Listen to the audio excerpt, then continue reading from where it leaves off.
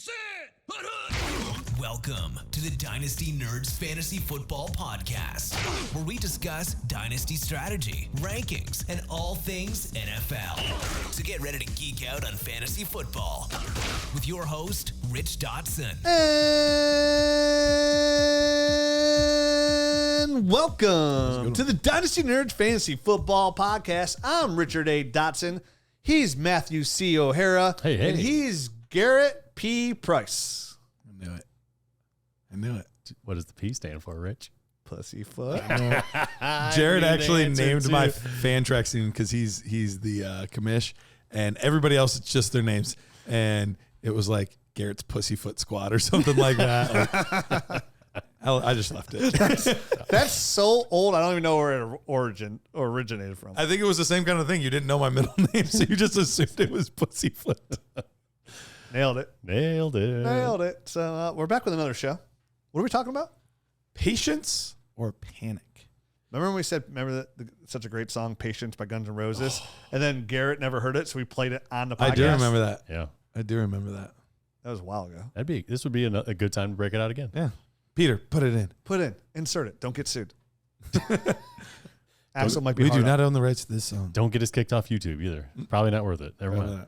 Yeah, Just kidding. right. Don't play the song. Don't play that. Just imagine us playing the song, though. Yeah. You play it on your iTunes. Play it now. All right. So I'm going to be we're going to go through 10 players. All right. That for one reason or another, their security in the fantasy landscape is just a little iffy. Just a little iffy. Just a little. I thought you were waiting until halfway. Just a little iffy. Something's a little iffy. Somebody's I don't have self-control. busybody over here. Could not I'm on wait. vacation. I'm almost.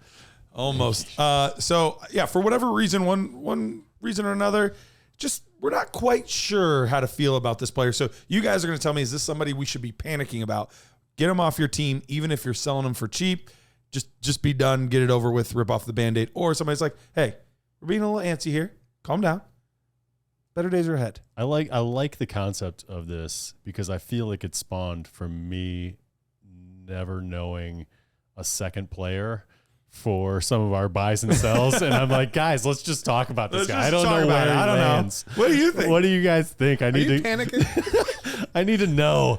I'm panicking because I don't know if I should panic or not panic. So I kind of feel like, I don't know if you did that intentionally. I didn't, but we could maybe call this the Matt O'Hara. I like it. I don't know that I like that. I don't know. I like it. Hey, if I'm stuck with Pussyfoot, you can be stuck with this. All right, so let's get to our first player.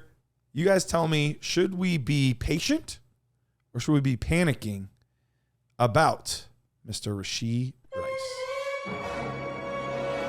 Wow, you really started off with a banger here. Yeah, I ain't playing around. I ain't playing around, This boys. is a tough one. All right. Jesus. Rashee Rice. Should he have a license? Probably Probably not. When it comes to Dynasty, I feel like you should just have a little patience. Okay. No. Should he have a driver's license? No. Should he be able to rent high-end cars? No. Should you panic? I think this is one of those things.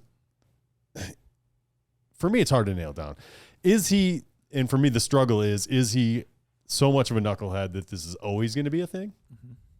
There we got one of those guys. Based on this offseason, that's happened a lot. He's had a few different things that have popped up. You think Kadarius Toney is just a bad influence? I didn't even think of that. No. Are they, people can be on a team and not hang out and be friends. I mean, Rice Tony. It's the San Francisco treat. That's not the Kansas City treat. Kansas City treat. Right. No worries. You're right. We're good. Rice Tony. All right. So Why panic at this point? I mean, listen, there's a lot of things that make you panic. One, knuckleheadness, right? Two, a lot of his passes were short and he created afterwards, but he created on his own. So absolutely. That's the optimism there. And you might panic because they just took Xavier Worthy in the first round. They got Travis Kelce. They brought in Hollywood Brown. But, I mean, Rashee Rice is a second-round pick that they invested on this team. here's why you laid it out, but you didn't lay it out in chronological order, right? Oh, no. Like the chronological order is Chronological order is he does well last year, and everyone sees chronologically, he was a second-round pick. he was a second-round draft pick. True. He didn't start the season all that impressively. He, as the season Ended went well. on, built upon, week in and week out, got better. Then the offseason comes. He is up to knuckleheadness. I think Hollywood was signed first, right? Or no? Was the knuckleheadness before, or did we just know about it before or after? That I don't remember. I don't remember either, but closely there around either before or after, they signed Hollywood Brown, and then they spent a high draft pick. Now I know, the draft pick was Xavier Worthy. definitely after. So all that stuff, happened either concurrently or after all the stuff that was going on in the offseason. So I think that's what puts a little bit of worry in the back of my head. And there was, I can't remember who it was, but wasn't there like a report that came out dating back to like his college years where a scout was like really kind of worried about his behavior and character coming into the league, and then all this kind of stuff happens and he has the kind of offseason that he had. Did you guys remember seeing that on Twitter or anything like that? Yeah, I remember something about it vaguely. I vaguely recall that, too. There have been 3 or 4 different things that have come out that have not painted him in the most positive light. So I don't remember which one's which at this point, but nothing's been good. And I don't know how valid that is. So I don't really want to use that. That is something in the back of my head, but I don't want to like prop up my argument with that because I don't remember who said it. I don't remember how valid it was. But I don't think we're at the pattern of behavior, but having 2 incidents in one offseason that were pretty close together, that's a huge red flag where I start to worry. I'm still going to have patience with him right now. But if there's another thing, I'm in full-on panic mode. You know what I mean? Like if there's a third thing that comes out, it's like, oh, here we go again. Like I feel like they're already kind of turning the page slightly in Kansas City. They need more weapons for their quarterback. So it's not like a full-on, I think they would have done something either way this offseason to bolster the wide receiver core, but getting Hollywood and then getting Xavier Worthy. And listen, Hollywood's on a 1-year deal. Yep. Okay. Plays a completely different game than Rashee Rice does. For sure. And to be fair, Xavier Worthy, it would be more of a Hollywood replacement than anything else. They're chasing Tyreek Hill still. They're trying to find. They're 100% doing it. They're trying to find who. They don't care if it's Hollywood. They don't care if it's Xavier Worthy. As long as one of those guys works out and can be explosive in this offense, I think they're fine with it. Because Rashee Rice, like you said, he's not that guy. He dominates in the flat. Yeah. He dominates in the flat. Yeah. Look what he did. If you take him from after the bye week, which was week 11, which is fair for a rookie, right? You take him under bye week. He averaged 17 points per game. He was awesome. So for what it's worth, just for kind of a reference point, his current ADP, here's other wide receivers right around the same range as him. So you have Keon Coleman, Jaden Reed, Brian Thomas, Debo, Ladd McConkey. I would take every one of those ahead of Rashee Rice. Keon Coleman? That's the only one that gave me pause. The only reason I would take Keon Coleman because he has the opportunity to be the number 1 receiver with Josh Allen. Flip a coin there, but does he though? Yeah. So there's enough panic there that you would probably the first pick in the second round. That's a good investment. You would probably be more out than in. No, I'm just talking about over those players. That's all. I'm not out again. I like all those other receivers, and I said the only argument you can make is Keon Coleman, and I'd flip a coin. Depends where how my build was, I guess. Okay. But at least Keon Coleman has, and his is the farthest down. There's about 12 spots in ADP. 10 spots in ADP difference between those two. Those two, He's So if you told me, oh no, Rashee Rice, I'm like, okay, I'm not arguing that whatsoever. All the other guys I would argue for over Rashee Rice, and it has nothing against Rashee Rice. It's just. Those guys are in a better opportunity to score more. Agreed, and there's no murkiness, right? And with Rashee Rice, there is murkiness. So there's no Kadarius Toney rubbing off you. No San Francisco treats. We're gonna have to start calling him San Francisco treat. By the way, little R&R in San Francisco. Hey, Nerd Herd, this is Rich Dotson. I've got some exciting news for you. Underdog Fantasy is back with their annual Best Ball Mania tournament. And this year, it's bigger and better than ever with a whopping $15 million prize pool. Best Ball Mania 5 is the ultimate fantasy football competition where you draft your team and then sit back and relax. No trades, no waivers, just your best lineup every week automatically set by Underdog. For just $25, you can enter for a shot at the grand prize of $1.5 million. Plus, there are tons of other prizes throughout the season, including $500,000 for the top regular season performer. And guess what? We've got a special offer just for our listeners. Use the promo code NERDS when you sign up, and Underdog will match your first deposit 100% up to $100. That's right. Double your money to get more entries and more chances to win. Don't miss out. Drafts are happening now, and entries close before the first game of the season. Head over to UnderdogFantasy.com or download the Underdog app, sign up with the promo code NERDS, and start your journey to fantasy football glory today. Must be 18 plus, 19 plus in Alabama and Nebraska, 21 plus in Massachusetts and Arizona, and present in a state where Underdog Fantasy operates. The terms do apply. Concerned with your play, call 1-800-GAMBLER or visit www.ncpgambling.org. In Arizona, call 1-800-NEXT-STEP. In New York, call 1-877-8-HOPE-NY. In Tennessee, call 1-800-889-9789. Love it. All right, let's get to our next guy here. Patience or panic with Bryce Young? I was panicking before into the league.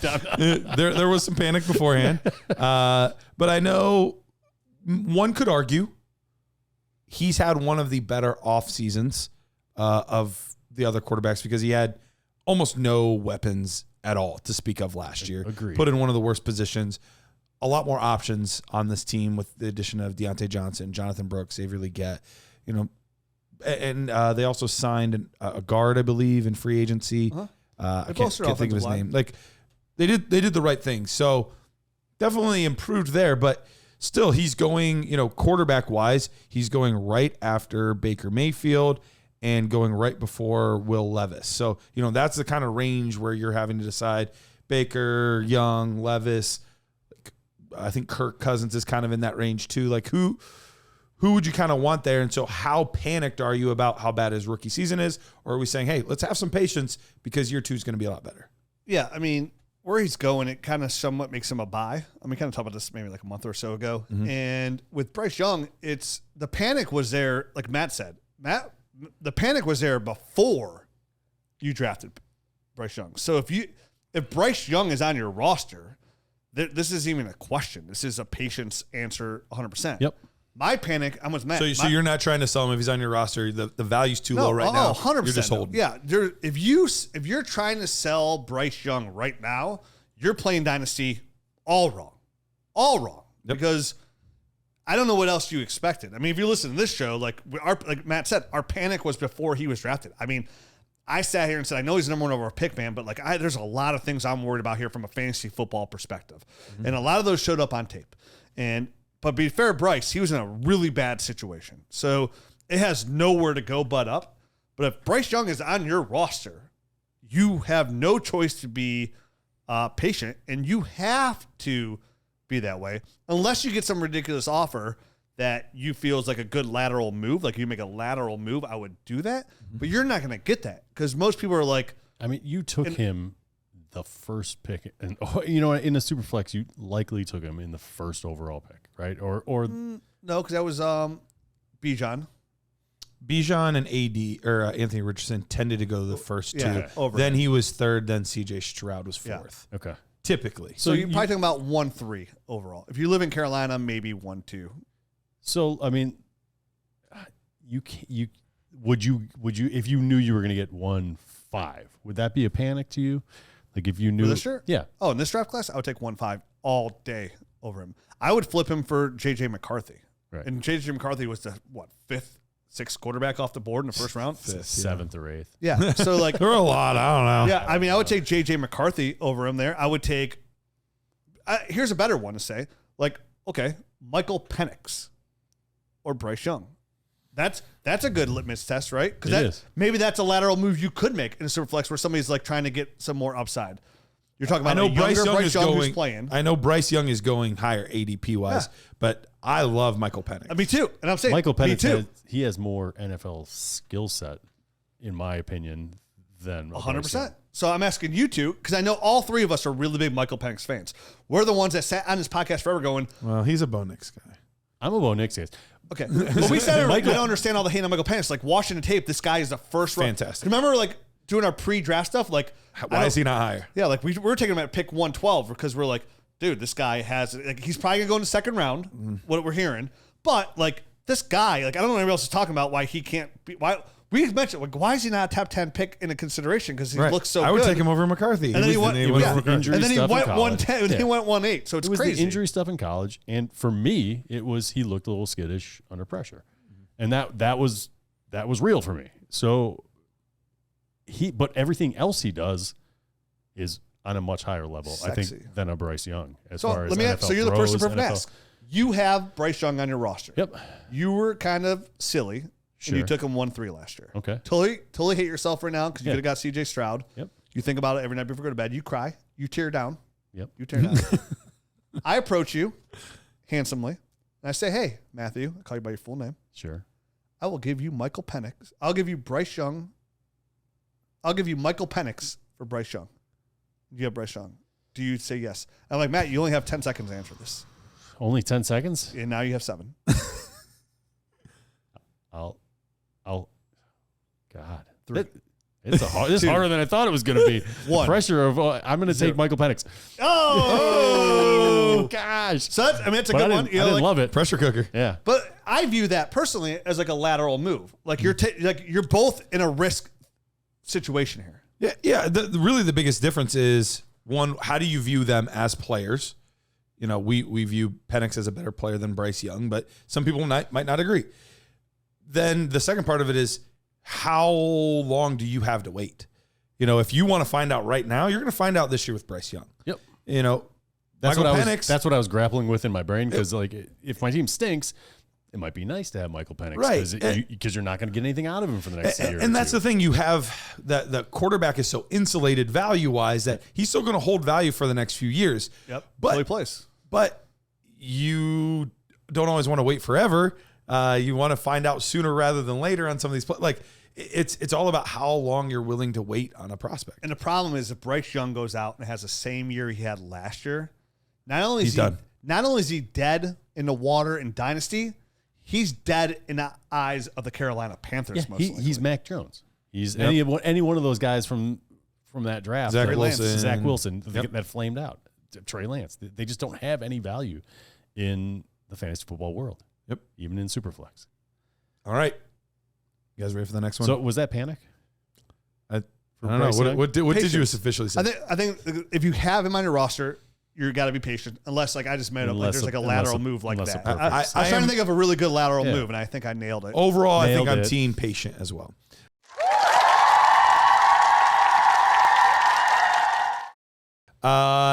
Here we go. A guy that switched teams this offseason. That's a lot of guys. Panic or patience on Gabe Davis. Is this the PP episode? PP? We just call it the PP episode. That was the Matt O'Hare episode. I don't want this anymore. I'm shoving it down your throat, Matt. Wait, sorry, what's the question? Gabe Davis. Panic or patience on Gabe Davis. Do we have to pick one of these? This is weird because I'm totally apathetic about it. You know what I mean? It's like, I just don't care about yeah, Gabe Davis. exactly. Let's lay out what this looks like. I know the roster. He signs a free agent contract, not a huge one, but a decent contract. Go to the Jacksonville Jaguars. Very unclear on how this is all going to work out right now. He signed a decent contract, but they already have Christian Kirk. They have Evan Ingram in the tight end spot, and then they drafted Brian Thomas. So his role is very murky, even though he is a newly signed free agent. Where's the panic come from? Would you sell him? Like, would you just take anything you could get at this point for Gabe Davis? Or would you say, hey, I think start of the year, I'm going to get more for him, so I'm going to hold on? Or are you just trying to sell before anyone figures out that maybe he doesn't have a role? He stinks. He's just The Bill Scout told me Okay. that Gabe Davis is a very, very smart football player. Okay. That's good to know. That He is didn't good. say the same thing about their pick at 2-1. So he needs a little time. But he said very smart Gabe Davis. Okay. So he'll acclimate to the offense quickly, is what I'm hearing. That's what he said. He said the Bills like run a very difficult offense to learn. He said Gabe picked it up like that. He said Keon's going to need a little time to learn it. So that's how he worded it. So, I mean, that bodes well for Gabe Davis to start the year there in Jacksonville. I just don't think he's as talented as the other wide receiver. I feel like Gabe there. Davis just is what he is. Like, and I don't think anybody's banging on your door to like. Here's a better question. What are you getting for Yeah, him? what are you getting for? Okay, so would you trade a third right now? If somebody said, "I'll give you a third round pick for Gabe Davis"? No. Sold. Okay. Would you? Yes. That's nothing. There's a million Gabe Davises out there. Who cares? Wow, you're right. There is a million Gabe Davises. There's only 12 third-round picks. Yeah. Damn, you got me again. Yeah, dude. That's super easy for me. Gabe Davis is such a replaceable player. I don't think I would, though. A third-round draft pick is, a third-round draft pick, we talk about it all the time, is a throwaway pick, right? Mm-hmm. But the more throwaway picks you get, the more you can level up. the more you can level up in The more another you fill the spot, garbage can. or the more you can fill the garbage can and maybe hit on one of those guys. The hard part is his contract wasn't insignificant. 3 years, $39 million. That's $11 million a year. I know. That's why I think I'd just stick with Gabe Davis. Like, as much of a gamble as that third-round pick is, like, maybe him go into Jacksonville in this offense, maybe, like, they paid him that money because they have a plan for him. It, like, just works out. Like, because, listen, if he turns into a wide receiver 3, if Gabe Davis turns into a wide receiver 3, that's a home run in my eyes. Hold on. Just wait for a second. I'll keep digging. I'm trying to find Gabe Davis on this list. 41. 41. It's a wide receiver 4. Standard, yeah. It's a wide receiver 4. 41. But read. This is the trickiest part that's always been about Gabe Davis. Here's his points. Let's go through his points on a per game basis. It's hilarious. Hold on. Let me buckle my seat for my roller coaster here, Rod. 5.2, 21.2, 10.3, 15, 22, 3.1, 1.6. 1.6, 23.7, 0, 9.6, 0, 22.5, didn't play, 0, 0, 23, 4.1, 0. I just threw up. Because I got motion sickness because of the roller coaster ride. Dude. But like, How when many he plays, zeros? What the heck? That's a lot of 20s, though, too. It is. Great best ball player, but when do you, and this is the hard part about the Gabe Davis. He's the best ball player. He's a best ball player. I'm leaning toward, even though the contract's there, I'm leaning towards what Matt's saying, because what he looks like to me is a roster clogger. Yep. Like, when are you going to feel comfortable starting him? You would have to be pretty desperate. Desperate mode only. Desperation is a stinky color. You're a team that in the and playoffs, you are sweating it out the whole time. If you have him in your lineup the entire time until he catches a touchdown and goes for 75 yards, 75-yard touchdown and 4 other little dinky passes. Then you're like, all right, thank God he did what I needed him to do this week. I'm still keeping him for a third. So you're more patient. I think I'm team panic probably on this one. I'm panic. And it's not even like I panic. I just don't care. Just give me again. Apathy. Like, I don't really care either way. But like for a third, like there's not many players I'm trading for a third. Like same thing. Like, hey, I'll give you a third for Curtis Samuel. I'm like, no, I'd just rather keep Curtis Samuel. All right. Hey, Dynasty nerds, it's time to take your Dynasty game to the next level with FFPC's Dynasty Startup Leagues. Whether you're a seasoned pro or just getting started, FFPC has a league for you with entry fees ranging from $100 up to $5,000. Choose from a variety of formats, including Superflex, Best Ball Superflex, Triflex, 1QB, and Standard. With weekly lineups, waivers, trades, head-to-head matchups, and playoffs, FFPC's fully managed leagues provide the ultimate dynasty experience. Most importantly, the leagues are here to stay. FFPC has never had a dynasty league fold. They manage the entire commissioner experience from buy-in management to fulfilling your orphans.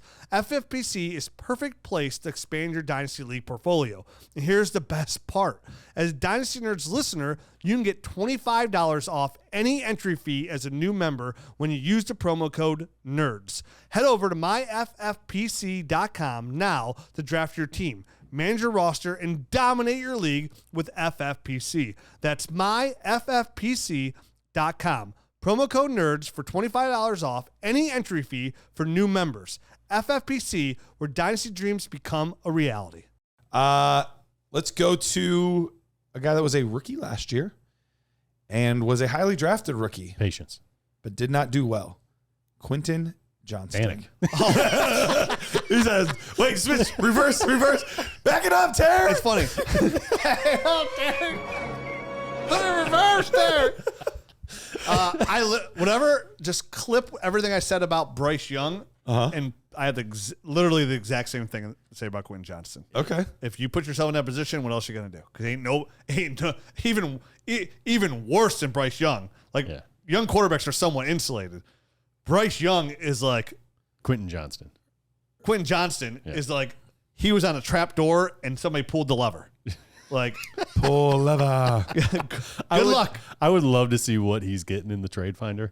Not much. But it's got to be nothing, man. All right, so here's some guys like in his range-ish. Gus Edwards, Jerome Ford, Malachi Corley, Marvin Mims. Oh, Mims. I would take Mims all day. Javon Baker. I would take Gabe Mims. Davis. I would take Mims. Marvin Mims. Listen, I would hold on to Quentin Johnston over a guy like Gabe Davis. Yes. Just hoping and praying that he can pull it all together this year. and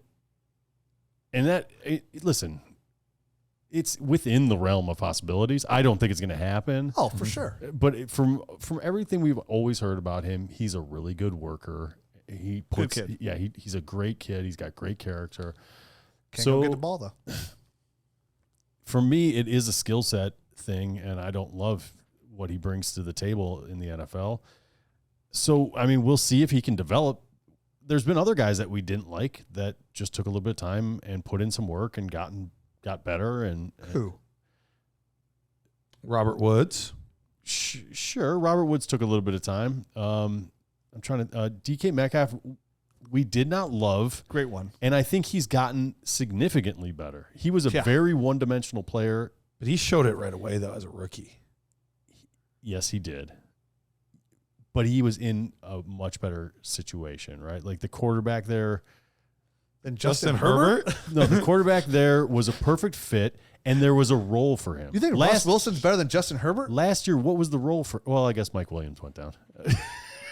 Yeah, and they were starting Josh Palmer over him. Yeah, they were starting Keenan Allen and Mike Williams went down. He had in my brain, they were both healthy all year, but they weren't. They last weren't. Year. And even then, Keenan Allen went down towards the end of the season too. You just he was like realized- the only one left, and he still didn't. You just realized in midsection, like the lever got pulled instead of being a foam pin on the bottom. It's him there standing to catch him from 20 feet. He's like, "Oh no, I'm in trouble. No, he's gonna drop me. He's gonna kill me. Drop me. Johnson's gonna But literally, if you drafted him, what are you gonna do? Because you're not getting anything in return. Yeah, you do have to hold. Yeah. You have to hold, but as far as like You're the do I violin expect player on the something? No. Titanic. I'm panicked. Like I'm stressed out. I don't have any confidence. So let's see. Reap what you sow, sucker.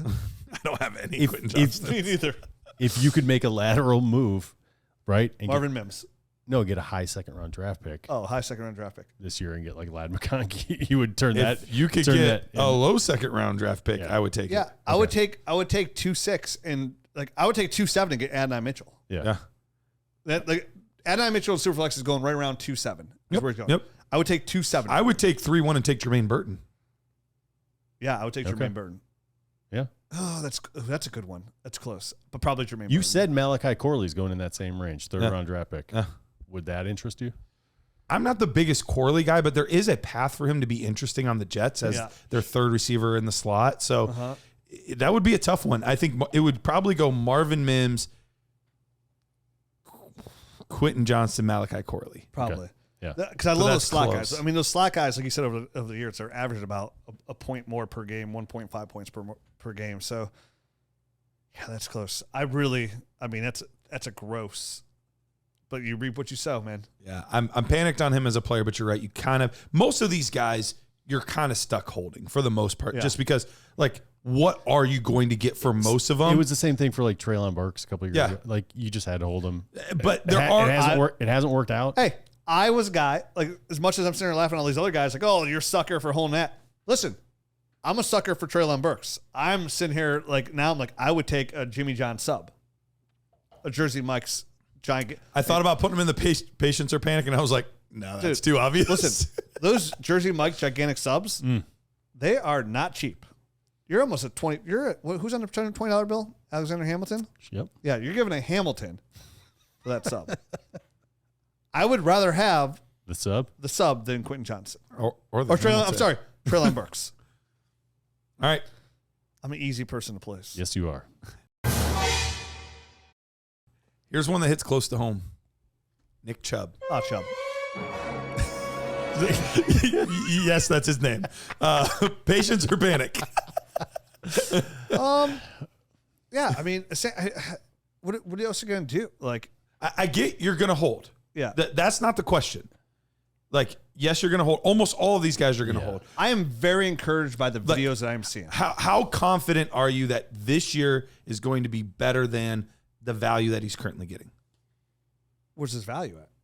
Currently, he is That's a thing. 127 ADP. What other So quarterback or running back 32. So he's just ahead of Blake Corum, Tony Pollard, Aaron Jones. I'm patient then. Or he's just behind those guys. He's just ahead of Austin Eckler, Zach Charbonnet, Brian Robinson. I mean, ACL surgeries have come a far way, and we got to remember, and I know it's a second surgery, but his second surgery was a long time ago. And remember that he didn't have his ACL reconstructed. He had his ACL repaired. And I know I saw like the Twitter doctor on there as well, like a couple weeks ago, said that literally gets you 2 more months in your rehab, like on the field, 2 more months in advance. And Nick Chubb tore his ACL or his knee up in week 2 of the NFL season. So, because I haven't been keeping up with that, how do they repair versus replace? Is it only a partial tear or something, and then they're able to repair it? Yeah, so his wasn't torn all the way. Remember, Ian Rappaport came out like, great news.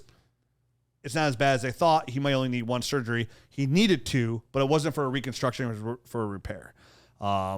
And obviously, Nick Chubb is one of my all-time favorite NFL players, and obviously, I'm a diehard Cleveland Browns fan. So I follow everything with Nick Chubb, and all of the videos that have been coming out. One came out last week of him testing. Mm-hmm. They're very encouraging. Supposedly, the guy that's training him at times couldn't remember what knee it was, and he couldn't tell based off of how he was moving. In all the reports, we all heard the same report, right? Sure. Like, if anybody's going to come back from the strong, it's with the work ethic that somebody has, it's going to be Nick Chubb. He's already done it.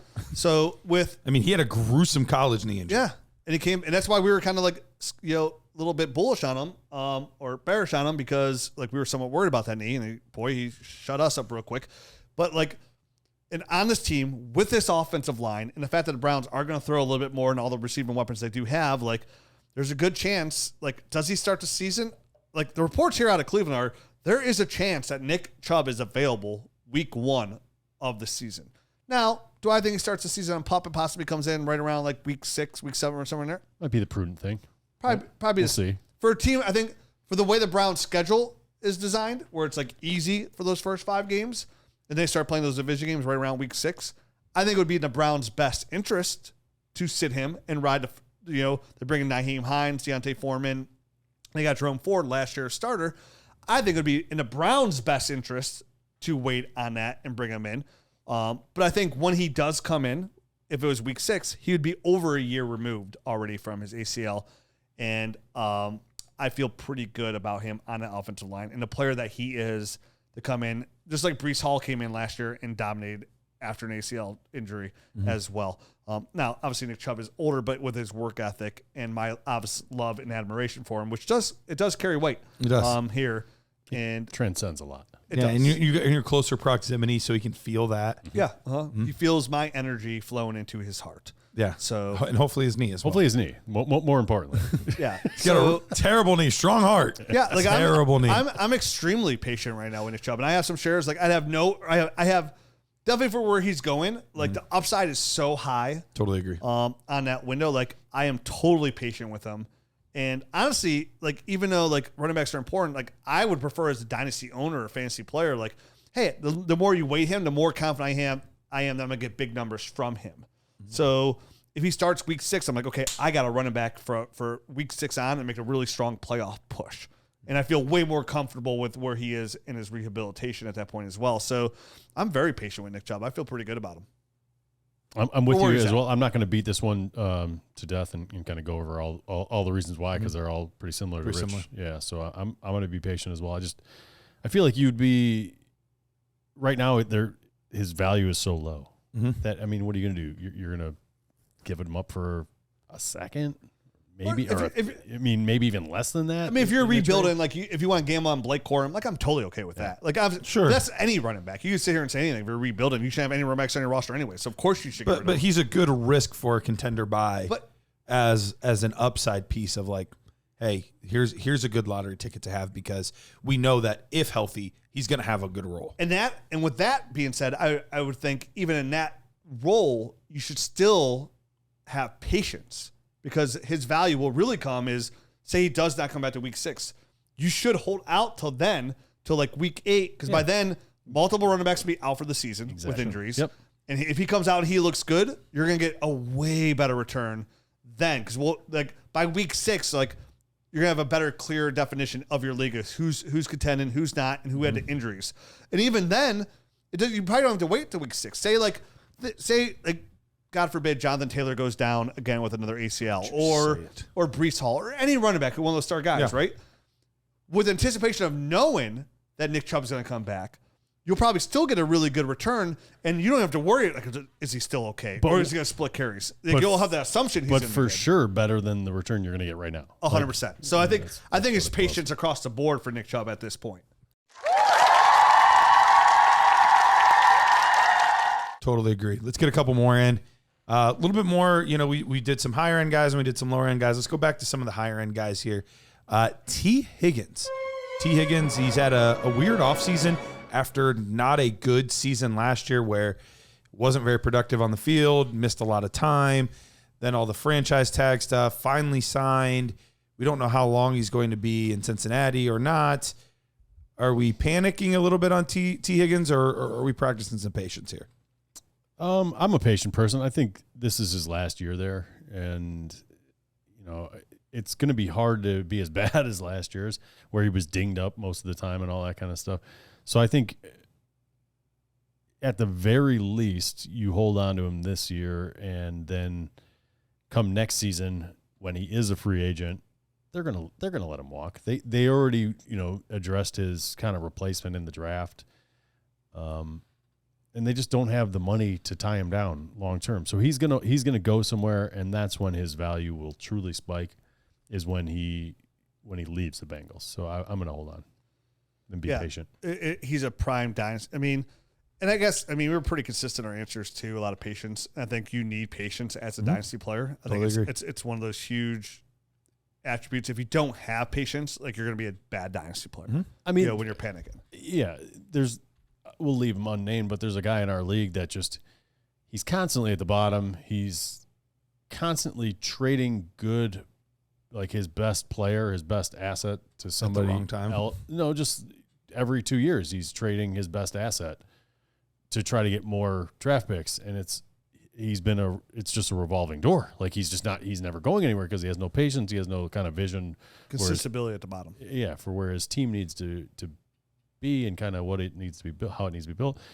And so patience is super important, and I wish it was a lesson that some people would learn. Yeah. And then for T. Higgins, even if you don't like T. Higgins, you don't like the fact that he's never been a wide receiver one, and you don't believe him long term, when he signs that contract next year for over $25 million a year, maybe potentially closer to $30 million a year, it depends how free agency rolls out, his value's going to skyrocket.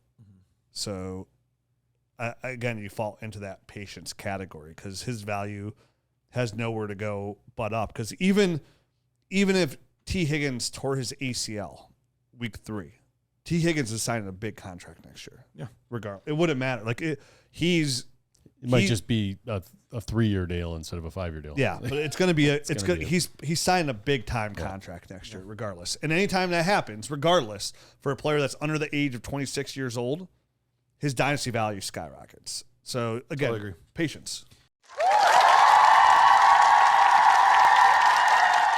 Hey, guys, let me tell you about our friends at Sleeper. Guess what? Our app the mini is live on Sleeper right now. The Dynasty GM, pretty. You can use the analyzer. You can use the trade calculator. And my favorite thing is the inbox, right? Where all your trades from all your Sleeper leagues are right there. You can actually push trades through the actual Sleeper app. And right now we couldn't be more excited to be partners with them. And right now, if you don't know, they are doing DFS. And I know how many people that play Dynasty play DFS as well. And right now, there's not a better place to play DFS than Sleeper. They're offering up to 100 times your entry, the highest payout in the whole DFS market right now. You can track your fantasy players and your sleeper picks in real time. All you got to do is choose 2 to 8 of your favorite players from pregame, live in-game, or even across different sports. Pick more or less than the predicted stats, and only on Sleeper you can get up to 100 times your payout. You can share with your friends and get rewarded together. Make sure you use that promo code NERD so our friends know that friends sent them their way. And get your deposit match and have a good time. You'll have all your DFS, all of your fantasy leagues, and now even a Dynasty gem in one spot. It is fully operational inside Sleeper right now. And then when you're a Nerd Herd member, you get that full access to that. And remember, you also want to download the Dynasty Nerds app because they're both in there. Check it out. Check our friend Sleeper. Check out the DFS. Use that promo code NERDS. Get your whole estate. All right, last one, I think. Okay. Yeah. All right, let's do our last one here. It's holidays. Stefon Diggs. So a guy that ended the season a little rough last year, now on a new team with an ascending offense, but a lot of other receivers there as well. We having patience with Stefon Diggs? Are we hitting the panic button? And I'll actually go first on this one. Okay, go ahead. Because I haven't done a lot. I somewhat want to redefine panic here because panic, you said you sell for anything you can get. And that's kind of where I'm at for Stefon Diggs, honestly. And not necessarily for anything that I can get. Yeah. But if I get fairly close to his value right now, which is dropped, Sure. and even at his current drop, I'm ready to get out. Because we've seen this happen quite a bit where we have receivers go somewhere else at the tail end of their career. And especially if they're not going to go there and be the clear number one, which could he be? Sure. But it is not even close to clear. Yeah. Nico Collins is a great receiver. Tank Dell is a great receiver. He was far and away the best wide receiver on the Bills. In Buffalo. Yep. And, now he's... And with that, he was fading towards the end of last season. And they paid Nico like a high-end wide receiver one, too. Agreed. So I'm panicking. I'm panicking. Yeah, as I'm well. panicked, too. I'm done with you. Like, anything that's fair value on Stefon Diggs. Or even maybe slightly under fair, I might still take it. Yeah, I have Stefon Diggs in multiple leagues, and I've tried to use him as like, make like a sexy topper on the deal to make it look better than it is. I've been trying to use him as the sexy like wrapping paper, and then you open up and you're like, oh, it sounds like it's a he's 1986 lost his teen sex magazine. Yeah. It sounds like his sex appeal is gone, Rich. Yeah. Oh, it's gone. Yeah. It's gone. So like, yeah, I mean, I would love to offload. I mean, you're talking about a 31-year-old receiver who, yeah, he's going to be a free agent after this year, but like, if the numbers don't align, I think he's going to be very disappointed in the offer he gets. And like you said, it's like remembering Jerry Rice in a Broncos uniform. You know, like, okay. You know, or Jerry Rice played for the Broncos? I think so. I know he played for the Seahawks. Like, I don't know about the Broncos. But Julio Jones in a Titans Titans uniform. You know what I mean? Like, or Randy Moss on the Titans. Or like, there's been like 3 or 4 guys that like DeAndre just Hopkins. die. DeAndre Hopkins. Yeah. Calvin Ridley. Just go die on the Hopkins. So it's kind of like the Tennessee Titans. I would love, like, will he be viable this year? For sure. He's still a good receiver. I'm really hoping like somewhere in the first 3 weeks he has a boom game. Praying. So I can just offload. Does this end up being one of those things where he helps out their team more than he helps out a fantasy team? Likely. You know what I mean? In my opinion. But we'll see if that is true all season long, because we know what happens if he's not getting the targets. Or if you get a window. And, you know, if that, but like, I don't think it could be the opposite. See, I don't think we see this year because he is in a contract year. And That's true. And he wants to, like, But he also knows that his window's closing and he's going to want the ball to prove that he can get a good second contract, because he's not going to accept a 600-yard, 700-yard season. But he can't talk his way out of his third team. Nobody's going to sign him. Right. Like, you're already in a bad look. Like, even like, and that scout said, he's like, listen, Stefon Diggs can still play. I was like, yeah, but he got Ken Dorsey fired. He's like, yeah, he did. Well, But yeah, basically like their play, like the play went down. But the play on the field, not like the directly. Figs was right. affecting Josh Allen. Like his attitude was like it's a me thing, and we all know football is a team sport. Sure. So yeah, man. I mean, listen, and to be fair, he's a 31-year-old receiver, anyways. Like, I mean, you said DeAndre Hopkins, right? But we're still not panicking a ton with him. We know like. Would he's you a good rather have solid- DeAndre Hopkins or Stefon Diggs? Oh, Devontae Adams easily. He wasn't. Wait, who'd you say? I heard I would, Devontae like to, Adams. I would like to have Devontae Adams over those Wait, two who guys did you too. say? Yeah, me too. I heard Devontae Adams. Hey, Stefon Diggs or Justin Jefferson? Oh, Wait, who easily. did you say? I said DeAndre Hopkins. Oh, DeAndre Doesn't Hopkins. even sound like Devontae Adams. They both start with D. He said so confident. He's like, oh, yeah. Devontae Adams for sure. I'm like, DeAndre. Yeah, Adams. Devontae. Yeah, I think I'll take I'll take Hopkins. I'll take Diggs just because I trust the quarterback more. The quarterback would be the difference for me as well. I would take Diggs. It's close though. Well, I gotta be careful because now I'll Or Devontae where I have Adams. Stefon Diggs. I'll definitely and I take get Devontae offense Adams, of DeAndre though. Hopkins. I probably would. I wonder if I would accept that. But yeah, I don't know. I guess time will tell. Levis got that big arm, baby. He's got the big arm. He did have that one big game where And- Nuke got like 3 or 4 touchdowns or whatever it Where was. DeAndre may not be able to separate, he could still go get it, baby. Still can get Never it. really been a separator. Yeah. No, he never. He has. said that's overrated. Yep. Just let me moss people. Which is he's done it. I love DeAndre Hopkins. One of my all-time faves. All right. So that's it. We'll be back next week with some new shows. Then I won't be here because I'm going to Outer Banks like right after we do that show. The next day I'm going to Outer Banks for 10 days. I will be gone at the end of July as well. Rotating through here. Hey, when you deal with hot Dynasty Boy summers, you got to deal with the hot boys. There you go. Hot boys come and the hot boys goes. Adios.